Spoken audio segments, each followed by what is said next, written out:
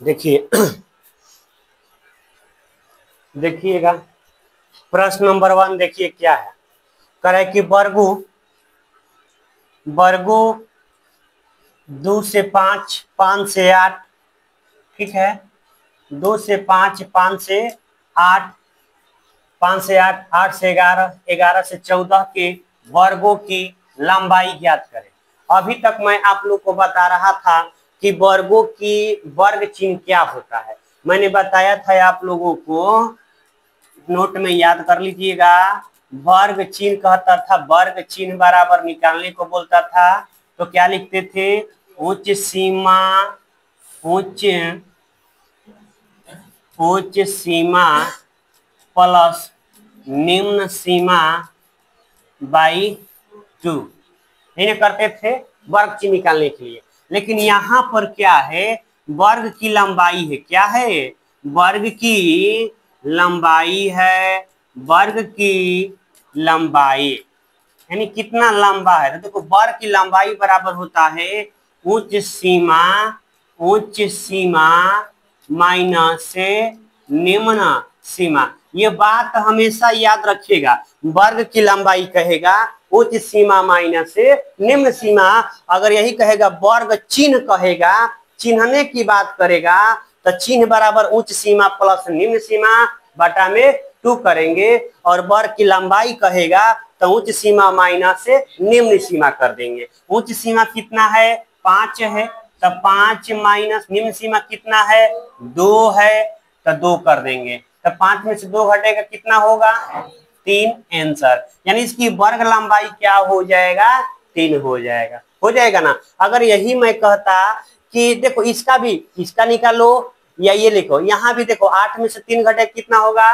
3 होगा। यहाँ पे 11 में से 8 घटेगा, कितना होगा? 3 ही होगा। 14 में से 11 घटेगा, कितना होगा? 3 ही होगा। तब वर्ग की लंबाई निकालना हो तो आप ये वाला फॉर्मूला लगा लेंगे, आसानी से निकल जाएगा। वर्ग की लंबाई बराबर उच्च सीमा माइनस से निम्न सीमा होता है। समझ गए ना। लेकिन यही कह देगा, वर्ग चिन्ह कह देगा तो उच्च सीमा प्लस निम्न सीमा बाटा में 2 कर देंगे। इसका वर्ग चिन्ह क्या हो जाएगा? तो दोनों को जोड़ देंगे ना। दोनों को जोड़ेंगे, 5 2 7 के आधा कितना होता है? 3.5। इसका पूछेगा तो ठीक है। चलिए, वर्ग की लंबाई हमेशा बराबर होता है, ठीक है। यहां तक किसी कोई दिक्कत नहीं ना। आगे देखिएगा, क्वेश्चन नंबर 2। देखिए, क्वेश्चन नंबर 2 कह रहा है कि यदि x, 3, 4 और 5 का माध्य 4 है तो x का मान ज्ञात कीजिए। याद है आप लोग को माध्य निकालने के लिए फॉर्मूला बताए थे, क्या था? बोलिए। हे प्रभुनाथ, हे जगन्नाथ वही फॉर्मूला था। हैं? माध्य बराबर निकालने के लिए हम ये बता रहे थे, माध्य बराबर क्या करेंगे? कुल संख्याओं का कुल कुल कुल संख्याओं का योग बटा में कुल संख्या, यही ना जे। तो माध्य निकालना है यहाँ पे। तब अब बताओ, माध्य बराबर दे दिया यहाँ पे 4, तो इस माध्य बराबर क्या लिख देंगे? 4। अब संख्या को जोड़ेंगे ना, तो यहाँ पर पहले क्या है? x है, उसके बाद क्या है? 3 है, उसके बाद 4 है, उसके बाद 5 है। अब कौन संख्या हुआ ये टोटल? 1 2 3 4 है ना। है 1 2 3 4 ही है। उसको नहीं लेंगे, वो माध्य है। वो क्या है? माध्य। तो 4 कर देंगे। अब टेढ़ा टेढ़ी तिरछा तिरछी गुना होता है ना। हाँ, आगे बढ़ जाओ, यहाँ पर बना दे। अब देखो, इसको जोड़ो तो एक से और यहाँ पे एक से 3 एक जात नहीं ना है, अलग अलग जात की है। जोड़ने के लिए कितना क्या करता है ना, 3 है एक से तो 3x लिख देगा, तो गलत हो जाएगा। समझिए, इसका जात नहीं है। तो यहाँ पर लिखेंगे x प्लस, अब संख्या जोड़ो, 3 और 4 7, 7 5 7 5 12, 12 बराबर टेढ़ा टेढ़ी गुना हो जाएगा इसमें से ना, चौके 16 हो जाएगा।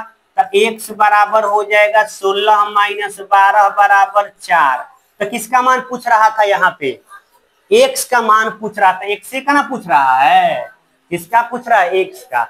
तो ये बात याद रहेगा आप लोगों को, माध्य बराबर कुल संख्याओं का योग बटा में कुल संख्या, आराम से आंसर आ जाएगा, कोई दिक्कत नहीं होगा। समझ गए ना?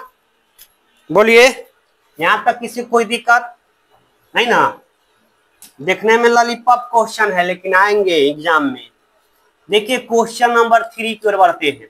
कहता है 5 cm किनारे वाले एक घन को 1 cm किनारे वाले कितने घनों में विभक्त किया जा सकता है?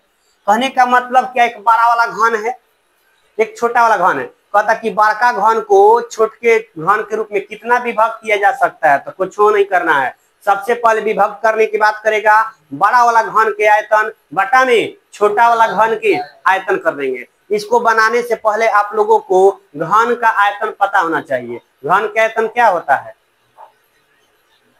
बोलो, घन का आयतन क्या होता है?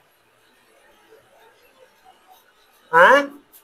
घन के आयतन, घन का आयतन बराबर होता है ए क्यू। क्या होता है?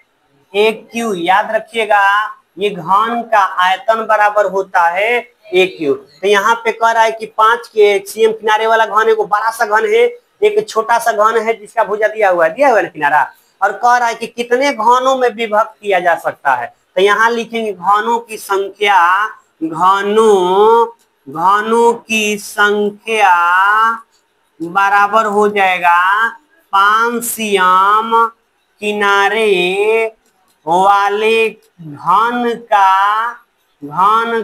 आयतन बटा में 1 cm किनारे वाले घन का आयतन, 1 cm किनारे वाला घन का आयतन। समझ रहे हैं? अब देखिए घन क्या है, हमने आपको बताइए दिया, 5 है तो 5 गुने 5 गुने 5 होगा क्या? बोलो। एक है तो 1 गुने 1 गुने 1। अब बताओ 5 में 1 से भाग दोगे तो क्या आएगा? क्यों खटखट कर रहे हो? बोलो, 5 ही ना आएगा। तो 25 25 पाँचे 125 हो जाएगा, 125 घन हो जाएंगे। कितने घन होंगे? 125 होंगे। समझ गए? 125 से होगा ना? चलिए, यहां तक किसी कोई दिक्कत नहीं ना? आप लोग बताइए, नहीं ना? अब देखिए क्वेश्चन नंबर 4 की ओर। कह रहा है एक्स स्क्वायर माइनस 9 का हल समुच्चय क्या होगा? हल कह रहा है, हल तो हल निकालना है, तो जब इस टाइप क्वेश्चन है तो बराबर 0 ना। तो एक्स स्क्वायर माइनस 9 बराबर 0। एक्स स्क्वायर बराबर, बोलो तो ये 9 इधर माइनस उधर जाएगा तो प्लस में एक्स बराबर प्लस माइनस 3 हो जाएगा क्या? अरे 9 है, इसको आगे बढ़ाएंगे तो देखिए x बराबर हो जाएगा अंडर रूट 9 होगा ना। तो जब 9 का निकलेगा बाहर तो प्लस माइनस 3 हो जाएगा।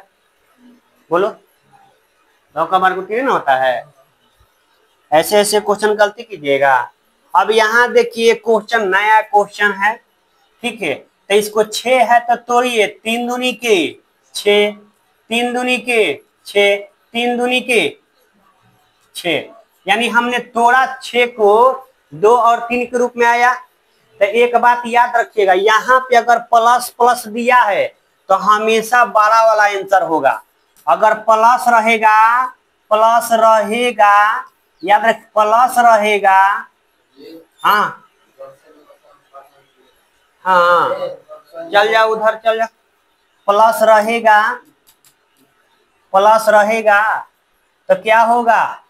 बड़ा वाला मान आंसर होगा, ठीक है? मान आंसर होगा। अब माइनस रहेगा तो छोटा वाला। समझ गया ना? माइनस रहेगा तो छोटा वाला। याद रखिए यहाँ पे क्या है, प्लस है तो बड़ा वाला आंसर होगा ना, तो इसका आंसर क्या होगा, इसका आंसर क्या हो जाएगा, 3 ना। हाँ क्या होगा 3। अगर यहाँ पर दे दिया होता माइनस तो क्या लिखते यहाँ पे 2, 2 ना, बड़ा वाला रहता तो 3 हो गया, अब माइनस रहता तो 2 हो जाता, क्या होता 2 होता। समझ गए ना, यहाँ तक किसी कोई दिक्कत नहीं। अब देखिए यहाँ पे क्वेश्चन क्या है, कह रहा है कि त्रिभुज के शीर्ष दिए हुए हैं और इनके त्रिभुज के केंद्रक के निर्देशांक ज्ञात करना है। त्रिभुज के केंद्रक के निर्देशांक ज्ञात करना है, तो इसको बनाने से पहले आपको फॉर्मूला एक याद होना चाहिए। समझ गए, फॉर्मूला क्या है, केंद्रक का निर्देशांक बराबर, देखिए त्रिभुज के केंद्रक का निर्देशांक बराबर x1, देखिए निर्देशांक बराबर x बराबर x1 x2 x3 by 3, y बराबर y1 y2 y3 बाई 3। हाँ 3 हम बोले एक बार 4 बोल दो, पांचों बोल देना, बोलने में क्या जाता है, हैं गजब हाल है तू लोग का। यहाँ पे देखो ये शुरू में जो है x1 का मान है, यहाँ पर क्या है x2 का मान है, यहाँ पर किसका x3 का मान है, उसी प्रकार यहाँ पे y1 का, ये y2 का, y3 का है।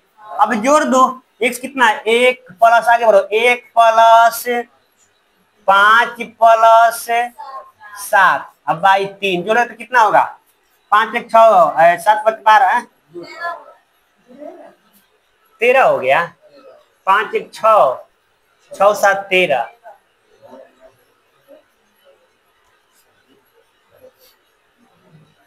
इसको जोड़ो तो 7 3 10 और 10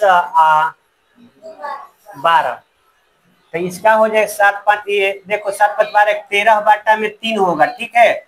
और इसमें देखो तो 3 प्लस 7 प्लस 2 बटा में 3 और 7 3 10 2 12 बटा में 3 करके कितना आएगा 4, यानी 1 का 13 बाई 2, इसका आंसर क्या होगा, केंद्रक 13 बाई 3 कोमा 4, इसका क्या होगा आंसर होगा। देखो यहाँ पे कभी कभी कट भी सकता है, कभी कभी नहीं कटेगा, तो टेंशन नहीं लेना है, बटा में आएगा तो, समझ गए ना है। यानी आपको याद होना चाहिए त्रिभुज के केंद्रक का निर्देशांक x बराबर, ये वाला फॉर्मूला याद रखिएगा, ये वाला फॉर्मूला इतना याद रखिएगा हमेशा, x बराबर x1 plus x2 plus x3 by 3, y बराबर y1 plus y2 plus y3 by 3, ये फॉर्मूला याद रखिएगा, समझ गए। चलिए आगे देखिएगा, यहाँ पे करे क्वेश्चन 7 नंबर, यदि a प्लस बी बराबर 90, तो किसको रख रहा है साथ में, a को, बोलिए cos a पूछा है, तो cos a यानी a को रखा है, b को क्या किया है भगा दिया है। यहाँ पर क्या करेंगे हम, देखिए हल में कैसे बनाएंगे, a प्लस बी बराबर 90 हो गया, तो a को रखना है ना, a को रखेंगे तो b को भगा दीजिए, 90 माइनस b, और दोनों तरफ cos गुना करने पर, दोनों तरफ क्या करेंगे cos गुना करेंगे, cos है ना यहाँ पे, देखो इसी के अनुसार काम करें, a है तो a को हमने रखा, cos है तो दोनों तरफ cos से गुना किया, समझ गए। यहाँ पर क्या हो जाएगा, cos a बराबर cos 90 माइनस b, एक फॉर्मूला याद है आप लोग को, cos है तो cos a हो जाएगा, और cos 90 माइनस थीटा बराबर क्या होता है, बोलिए sin थीटा बराबर cos 90 माइनस थीटा होता है क्या, ये बोलो होता है ना, sin थीटा बराबर cos 90 माइनस थीटा, तो यहाँ पर cos 90 माइनस थीटा बराबर क्या होगा, sin b न होगा, थीटा के जगह क्या लिया है b, तो cos a बराबर sin b, cos a बराबर sin b, समझ गए। यहाँ पर ए था तो हमने ए को रखा, बी को उधर कर दिया, फिर कॉस है यहाँ पे, कॉस से हमने गुना करा दिया, तब जाके इतना रिजल्ट हमको मिल गया। यानी कॉस ए बराबर साइन बी होगा, कॉस ए बराबर साइन बी। बोलिए यहाँ तक किसी कोई दिक्कत नहीं ना, किसी को दिक्कत है? चलो आगे देखो। हाँ दिक्कत बता बोला। ऑप्शन यहाँ पर क्या है, क्वेश्चन नंबर 8 देखिएगा। अरे समझ लिया करो ना, समझेगा तब ना आएगा जे, समझेगा है ये नहीं है। तुमको क्या लगता है जब तुमको एक फॉर्मूला पूछेंगे घन का आयतन क्या होता है, नहीं याद है तो क्या पढ़ते हो बताओ? हैं टाइम में पास में कर रहा है ये, पढ़ लो, बहुत कम समय बचल है, 10-10 क्वेश्चन भी डेली पढ़ोगे ना। यहाँ देखो यदि कह रहा है कि 5 मीटर ऊंचे घर की छाया की लंबाई 5 मीटर है। देखो हई है घर, मान लो घर है का है, नीचे बनता छाया, हई 5 मीटर के घर है, छाया बनता 5 मीटर। तो कहता सूर्य का उन्नयन कोण क्या होगा, ये वाला उन्नयन कोण क्या होगा, थीटा के मान पूछ रहा है। तो एक बात याद रखिएगा, ये वाला 5 है, ये वाला भी 5 है, तो सामने वाला कोण लंब होता है, थीटा के सामने वाला लंब हो गया, हई हुआ आधार, हई का हुआ कोण, तो लंब या आधार किसका सूत्र होता है, tan का ना। Very good. यानी tan थीटा बराबर 5/5 करेंगे ना, 5/5, तो ये कटेगा तो 1 ना होगा जे, तो tan थीटा में 1 किसका मान होता है बोलो, tan थीटा में 1 किसका मान होता है, tan 45 डिग्री का ना, कौन तो बोल रहा है 30 डिग्री का। 1/√3 किसका होता है, आप लोग 30 या 35 करते रह जाइएगा, थीटा बराबर हो जाएगा 45 डिग्री। तो कह रहा उन्नयन कोण कितना होगा, कोण बराबर 45 डिग्री तुम्हारा क्या होगा, आंसर होगा। समझ रहे हो हैं, समझा करो, समझ गए तब एग्जाम में करता करता होगा, और नहीं समझिएगा ना तो क्या होगा एग्जाम में, एग्जाम बाद समझिएगा।